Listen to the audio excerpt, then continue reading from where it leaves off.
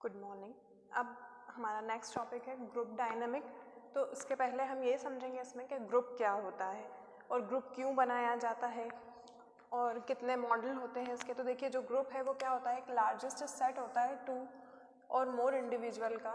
दो या दो से अधिक लोग जो होते हैं वो मिलकर क्या करते हैं, ग्रुप बनाते हैं। या दो से अधिक लोग जो होते हैं अगर वो एक साथ भी होते हैं तो उसको ग्रुप कहा जाता है। who are jointly characterized by network। देखिए, एक नेटवर्क की तरह हो जाता है वो कि जब हम ज़्यादा से ज़्यादा लोगों से जुड़ेंगे, हम उनके कांटेक्ट में रहेंगे, चाहे वो हम फॉर्मल ग्रुप में रहें या इनफॉर्मल ग्रुप में रहें या हम किसी भी मकसद के तहत रहें। हो सकता है हमारा फ्रेंडशिप ग्रुप हो, हमारे इंटरेस्ट के हिसाब से हम किसी ग्रुप में ज्वाइन हुए हैं।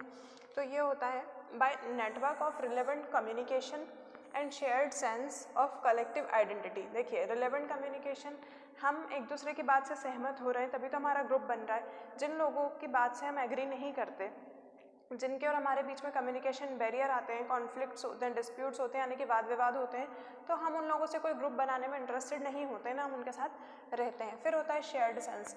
जो हमारे सेंस होते हैं, जो हम सोचते हैं, हमारे जो विचार होते हैं, हम एक दूसरे से क्या कर सकते हैं, शेयर कर सकते हैं।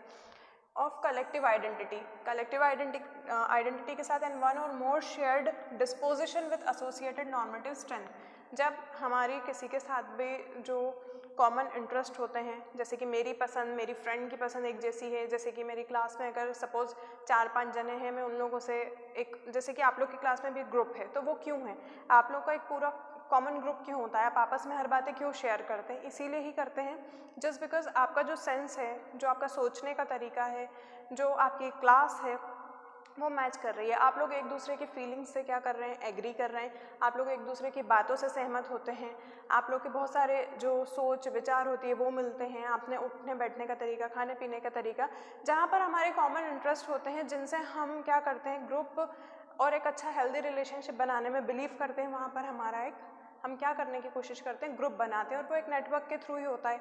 1 से 2 जुड़े, फिर 2 से 4 हो गए, इसी तरीके से ग्रुप क्या होता है, बनता है, ग्रुप फॉर्मेशन होता है। ठीक है, तो ये तो आपकी डेफिनेशन थी जो कि D.H. स्मिथ ने दी है।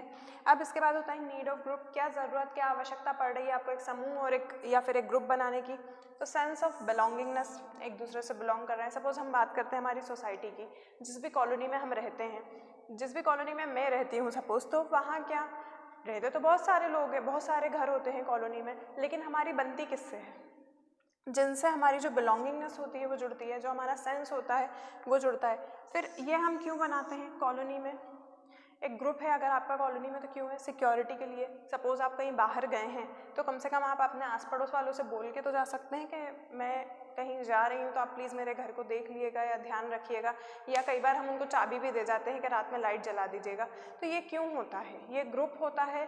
तो ये तो मैं अभी आपको एक इनफॉर्मल फॉर्मल दोनों का एग्जाम्पल देते हुए समझा रही हूँ। ठीक है, फिर रिकॉग्निशन एंड स्टेटस, यानी कि हम हमारे स्टेटस के लिए भी ग्रुप बनाते हैं। बहुत सारे एग्जाम्पल्स ऐसे भी होते हैं कि अपनी जो मम्मी होती हैं वो किटी पार्टीज़ में जाती हैं, तो एक स्टेटस है जो उन्होंने अपना मेंटेन कर रखा है या वो आगे भी मेंटेन करना चाहती हैं, या हम एक अच्छे ग्रुप में ही क्यों रहना चाहते हैं हमेशा, क्यों, क्योंकि हमारी एक पहचान वैसी बने, हमारा एक स्टेटस वैसा बने और लोगों की नज़र में उसका इम्प्रेशन भी वैसा ही रहे।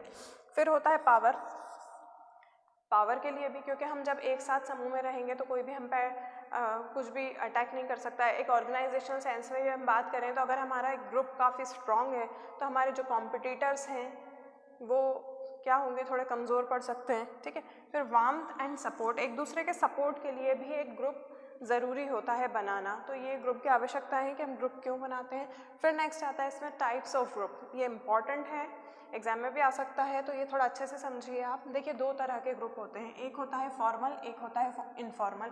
अब फॉर्मल और इनफॉर्मल वर्ड हम इतना ज़्यादा यूज़ कर चुके हैं कि ये टर्म्स आपको अच्छी तरीके से पता है कि हम फॉर्मल जब भी बात करते हैं तो हम ऑर्गेनाइजेशन सेंस में बात करते हैं, एक संस्था के लिए बात करते हैं। लेकिन जब हम इनफॉर्मल बात करते हैं तो हम जिस एरिया में रहते हैं, हमारी सोसाइटी हुई, हमारी फैमिली हुई, हमारे फ्रेंड्स हुई, तो उनके ग्रुप की हम बात कर रहे हैं। अब यहाँ फॉर्मल में हम बात करें तो देखिए, सबसे पहली चीज़ तो फॉर्मल ग्रुप जो होता है सेकेंडरी होता है। क्यों, क्योंकि सबसे पहले तो क्या, हमने जब जन्म लिया तो हम हमारी फैमिली का जो हमारा ग्रुप होता है ये हमारा प्राइमरी ग्रुप होता है। फिर हमें हमारे घर वाले दोस्ती करना सिखाते हैं, फिर हम स्कूल जाते हैं, फिर स्कूल में हमारी फ्रेंडशिप होती है, फिर वहाँ से क्या होता है, एक इनफॉर्मल ग्रुप जो है वो थोड़ा थोड़ा फॉर्मल को समझने लगता है, वहाँ पर एक फॉर्मेलिटीज़ आने लगती हैं। लेकिन जब तक हम छोटे रहते हैं, प्राइमरी लेवल के रहते हैं, तब तक तो हम एक इनफॉर्मल ग्रुप को ही क्या करते हैं, फॉलो करते चलते हैं। तो ये होता है एक प्राइमरी ग्रुप, ये होता है सेकेंडरी ग्रुप। अब हम प्रायोरिटीज़ की भी बात करेंगे तो सबसे पहले हम इनफॉर्मल ग्रुप को देंगे। क्यों? क्योंकि हमने शुरू से ही हमारा सराउंडिंग ही वही रही है, यहाँ तो हम बाद में आए हैं, ठीक है। फिर होता है इसमें एक कमांड ग्रुप। ऑर्गेनाइजेशन में एक कमांड ग्रुप होता है, यानी कि जो हमें ऑर्डर दे सकते हैं, हो सकता है हमारे 2 बॉस हो, 3 बॉस हो या एक ही बॉस हो, तो वो हमें ऑर्डर देते हैं और वो मतलब हमें कमांड करते हैं, हमें डायरेक्शन बताते हैं, हमें लीड करते हैं, हमें कंट्रोल कर सकते हैं। तो वो एक कमांड ग्रुप होता है कि वो हमें देते हैं और हम करते हैं, यानी कि सबऑर्डिनेट्स और एम्प्लॉयज़। फिर होता है एक टास्क ग्रुप। मेरी जो अपनी ये ऑर्गेनाइजेशन है, इसमें आपको अलग अलग फैकल्टी पढ़ाते हैं, तो जो हेड है वो क्या करते हैं, कमांड। बाकी जो टास्क परफॉर्मेंस होता है वो कौन करता है, मिडिल लेवल। तो मिडिल लेवल में क्या होता है, वो एक हमारा पूरा ग्रुप है। सपोज़ कि मेरे जो कलीग्स हैं, जो स्टाफ मेंबर्स हैं, मैं उनके साथ जो मिलके काम कर रही हूँ, वो टास्क ग्रुप है मेरा। मुझे कुछ चीज़ समझ नहीं आ रही तो पहले मैं उनसे पूछूंगी, मुझे फिर उनसे भी समझ नहीं आ रही तो फिर बाद में मैं हेड के पास जाऊँगी, ठीक है। तो एग्जाम्पल है। फिर होता है कमिटी ग्रुप। जैसे कि आजकल हर ऑर्गेनाइजेशन में कॉमन ग्रुप होता है, वुमेन एम्पावरमेंट सेल। सपोज एक एग्जांपल दे रही हूँ, वुमेन्स की सुरक्षा के लिए, उनकी रिक्वायरमेंट, उनकी नीड के लिए ग्रुप बनाया जाता है। तो ये एक तरीके से कमेटी का भी काम करता है, ठीक है। फिर होता है मेंबरशिप ग्रुप। अब एक मेंबरशिप में मैं आपको एक एग्जांपल देना चाहूँगी। नेटवर्किंग बिजनेस जो हो रहा है आजकल, नेटवर्क बिजनेस जो हो रहा है, तो उसमें मेंबरशिप बहुत ली जाती हैं, बहुत से मेंबर्स बनते हैं। जैसे कि सपोज़ ऑर्गेनाइजेशन में भी हम बात करें तो जो मीटिंग्स होती हैं उसमें जो मेंबर्स होते हैं, जो अपर लेवल के, जो सभी लोग तो नहीं होते हैं उसमें, ऑर्गेनाइजेशन के कुछ सिलेक्टेड एक्सपर्ट्स जो होते हैं वो उसके मेंबर्स होते हैं। जब वो हमें लीड करते हैं या हमारी ऑर्गेनाइजेशन के लिए कोई स्ट्रैटेजी प्लान करते हैं तो वो मेंबर्स होते हैं। लेकिन वो कुछ होते हैं, सब नहीं होते हैं। जो एक्सपर्ट्स होते हैं हर डिपार्टमेंट के, हो सकता है उनमें से एक एक ले लिए जाते हो, 2-2 को मेंबर चुन लिया जाता हो, या कई बार क्या होता है कि आपके पास ऑप्शन भी होता है कि आप इसके मेंबर बनना चाहते हैं, नहीं बनना चाहते हैं। नेटवर्क बिजनेस में भी यही होता है कि कन्विंस करते हैं कि आप इसमें क्या कर लें, मेंबरशिप ले लें, आपको ऐसा ऐसा बेनिफिट है, आपको ऐसे गिफ्ट्स मिलेंगे, आपको ऐसे बेनिफिट्स मिलेंगे, ठीक है। तो ये तो था आपका फॉर्मल ग्रुप। अब नेक्स्ट है आपका इनफॉर्मल ग्रुप। तो मैंने आपको बताया है प्राइमरी क्या होता है। फिर नेक्स्ट होता है इंटरेस्ट। मेरे जो कॉमन इंटरेस्ट हैं, जिनके साथ मेरी हॉबी मैच कर रही है, तो मैं उनके साथ भी ग्रुप में रहना पसंद करूँगी। सपोज़ कोई एक रीडिंग ग्रुप हमने बना लिया है जिसमें वो लोग ऐड हैं जिनको किताबें पढ़ना पसंद है, नए नए थॉट्स पढ़ना पसंद है। आपने देखा होगा एक शायरी का ग्रुप भी चलता है आजकल व्हाट्सएप पे, एक एग्जांपल दे रही हूँ मैं। तो ये जो इंटरेस्ट ग्रुप होता है, ये हमारे जिनसे कॉमन इंटरेस्ट, हमारी जो भी हॉबीज़ वगैरह है मैच करते हैं, तो हम उन ग्रुप में ऐड होना पसंद करते हैं, जस्ट बिकॉज हमारे और उनके जो सेंस है वो मैच कर रहे हैं, हमारी और जो उनकी चॉइस है, जो पसंद है वो मैच कर रही है। तो ये इंटरेस्ट ग्रुप हो गया। फिर एक होता है फ्रेंडशिप ग्रुप, जिनके साथ हमारा उठना बैठना है डेली का, जिनसे हमारी बहुत अच्छी बॉन्डिंग है, तो वो एक ग्रुप हमारा एक अलग होता है। फिर होता है रेफरेंस ग्रुप। तो रेफरेंस, प्रायोरिटीज़, कुछ हमारी काम की चीज़ें, जिन चीज़ों को भी हम प्रायोरिटीज़ देते हैं, वो भी एक ग्रुप होता है, ठीक है।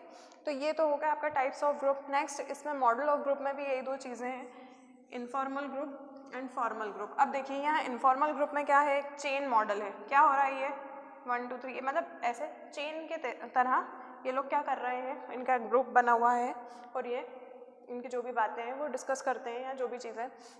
ये व्हील ग्रुप है एक, ये एक पर्सन है, इनका इनसे नेटवर्क है, इनसे नेटवर्क है, इनसे नेटवर्क है, इनसे नेटवर्क है। तो ये एक व्हील ग्रुप है, ये पूरा एक पहिए जैसा नहीं है, ये व्हील ग्रुप होता है, ठीक है। फिर होता है एक सर्कुलर मॉडल, यानी कि ये सब इस तरीके से आपस में कनेक्टेड है, आपस में इस तरीके से इंटरेक्ट या कम्युनिकेशन करते हैं। तो ये सर्कुलर है, ये पूरा एक सर्कल में ऐसे काम कर रहा है, ठीक है। फिर नेक्स्ट है फ्री फ्लो, यानी कि ये मेंबर, ये मेंबर, ये मेंबर, ये मेंबर ऐसे भी जुड़े हैं, ऐसे भी जुड़े हैं, ऐसे भी जुड़े हैं, मतलब आपस में बहुत अच्छे तरीके से जुड़े हुए हैं।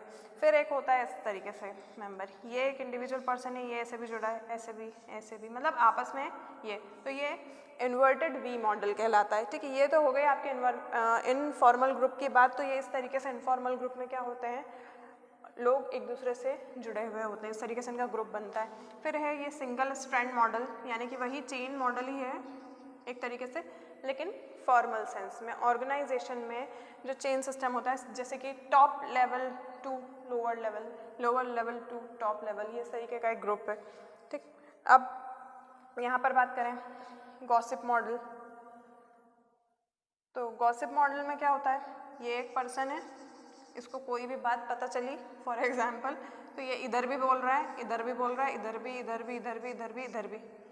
कुछ लोगों का हम नाम रख देते हैं ना न्यूज़पेपर या इस टाइप से, एक ये मजाक वाली बात है, लेकिन एक बहुत के ये इनको कुछ भी पता चल जाता है तो ये सब में बता देते हैं। तो हम लोग कई बार क्या करते हैं, कुछ भी इस तरीके की बात होती है तो ऐसे पर्सन के सामने कहते हैं जो सबसे बोल दे, या फिर ऐसा होता है कि हम उस इंसान से बच के रहते हैं। दो चीज़ें होती हैं, तो ये गॉसिप मॉडल है। ठीक है, फिर होता है एक प्रोबेबिलिटी मॉडल। तो ये क्या होता है, ये एक पर्सन है, अब ये रैंडम किसी से भी जो भी इनको काम है वो कर रहे हैं, या तो इधर इधर इधर इधर, इनको इनसे नहीं करना है, इन्होंने नहीं करी, तो ये प्रोबेबिलिटी मॉडल होता है जिसमें हम रैंडम किसी से भी जो भी हमारा टास्क होता है हम उनको करने के लिए देते हैं कि हमें लगता है कि हाँ ये परफेक्शन के साथ कर देंगे। फिर होता है क्लस्टर मॉडल। तो क्लस्टर में क्या होता है, ये अब ये जो आसपास बहुत सारे लोग हैं उनमें से हम किसी को भी हमारी इच्छा से हम सोचते हैं कि ये ट्रस्टवर्दी पर्सन है, ये हमारे जो डॉक्यूमेंट्रीज़ हैं या जो हमारी संस्था का काम है कॉन्फिडेंशियली करेंगे तो हम इनसे करवा लें। तो ये इस टाइप के मॉडल्स होते हैं। अगर अब आप डायग्राम बना के आएंगे तो और अच्छे मार्क्स मिलेंगे। उसके बाद होता है ग्रुप डायनेमिक। तो एक्चुअल में ग्रुप डायनेमिक क्या होता है, सबसे पहले तो ग्रुप क्या होता है, एक या एक से अधिक जो लोग होते हैं, इंडिविजुअल्स होते हैं या पीपल होते हैं, वो लोग मिलके क्या करते हैं, ग्रुप बनाते हैं।